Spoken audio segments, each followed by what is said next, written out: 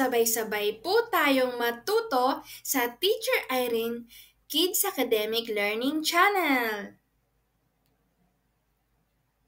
Ngayong araw, pag-aaralan po natin ang pagkakaiba ng simile sa metaphor. Pero bago natin paghambingin ang dalawa, unahin muna natin pag-aralan ang simile. Ano nga ba ang simile? Ang simile ay isang uri ng tayutay or figure of speech na naghahambing ng dalawang magkaibang bagay gamit ang mga salitang tulad ng, gaya ng, parang, o iba pang katulad na mga salita na nagpapahiwatig ng pagkakatulad. Halimbawa, ang kanyang ngiti ay tulad ng araw. Ano po ang mapapansin ninyo sa sentence number 1? Ayan, tama. Gumamit siya ng salitang tulad. Ayan, so yun po yung palatandaan. Next, number 2. Ang kanyang boses ay parang musika sa aking mga tenga. Ayan, kung mapapansin po ninyo, dito ay gumamit siya ng salitang parang. So, ayan po ang inyong tatandaan na pag simile po, gumagamit po siya ng palatandaan. Ano yung palatandaan na yon? Yung salitang tulad ng, parang, at saka gaya ng. Ayan. So, sa mga halimbawang ito, ang simile ay naghahambing ng isang bagay sa isa pang bagay upang bigyan ng mas malinaw at mas makahulugang paglalarawan. Ang paggamit ng tulad ng, gaya ng, o parang ay nagbibigay diin sa pagkakatulad. Ngunit hindi nagsasabing ang dalawang bagay ay magkapareho. Ayan. So, malinaw na po ba ang tungkol sa simile, class? So, ang tatandaan lang po ninyo doon na pag ang simile ay gumagamit siya ng salitang parang, gaya ng, tulad ng. So, yun po ang tatandaan po natin para mabilis po natin makita o malaman na ang isang sentence ay simile. Ayan, dumako naman po tayo sa metaphor. Ano nga ba ang metaphor?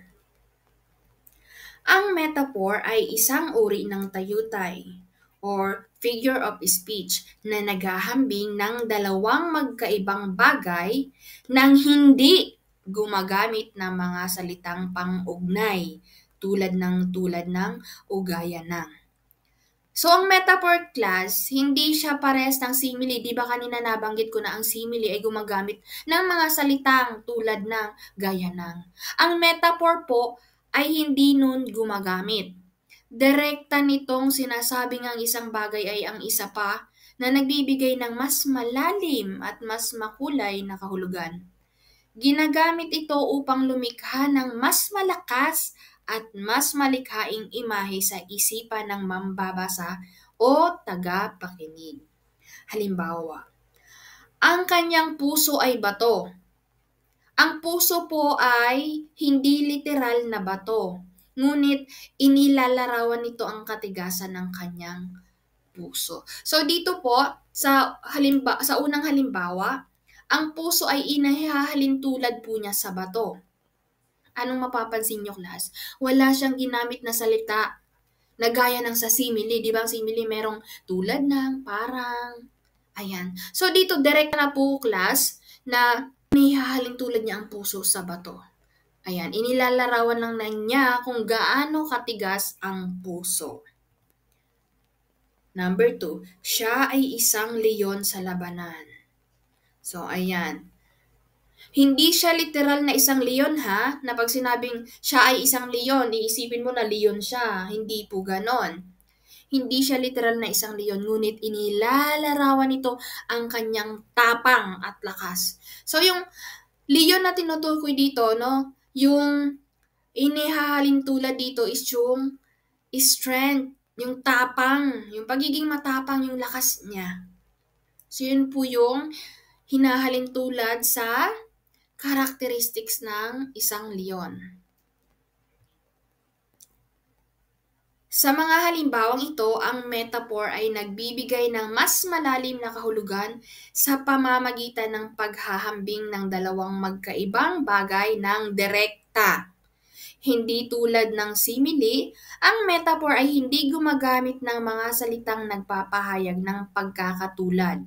Kaya't mas malakas at mas makahulugan ang epekto nito. Ayan, naunawaan na po ba, class? Ang simile at saka metaphor. Ngayon, dumako na tayo sa pagkakaiba nila. Kasi marami ang nalilito. Ano ba yung simile? Ano itong metaphor? Parehas lang din naman sila naghahambing. Ayan. Ano nga bang pagkakaiba nila? Parehas naman talaga silang naghahambing. So, yan ang kalimitang tanong. Kung ano yung pagkakaiba. Kasi kung titingnan, parehas naman talaga naghahambing. Ayan. So, ang simile, class, gumagamit ng mga salitang pang-ugnay na nagpapahayag ng pagkakatulad. Kadalasan ay tulad ng o gaya ng. Direkta at tahasang ipinahahayag ang paghahambing. Halimbawa, ang kanyang puso ay tulad ng yelo. Gumamit siya ng salitang tulad. Ano naman ang metaphor? Metaphor, direktang nagsasabi na ang isang bagay ay ang isa pang bagay. Hindi gumagamit ng mga salitang pang-ugnay na nagpapahayag ng pagkakatulad. Ang paghahambing ay implicit o dituwiran. Halimbawa, ang kanyang puso ay yelo. So, si class, nakita niyo yung pagkakaiba. Ang simile, gumamit siya ng salitang tulad.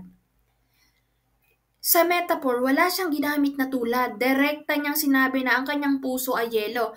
Pero hindi ibig sabihin yan na ang puso niya ay yelo. Ibig sabihin niya na ang puso niya ay singlamig ng yelo. So, naunawaan na po ba, class, ang pagkakaiba po? Sana po ay may natutunan po kayo sa ating aralin ngayon. Please subscribe to my channel para lagi kayong updated tuwing mag-upload ako ng panibagong lesson. Yun lang po at maraming salamat. God bless!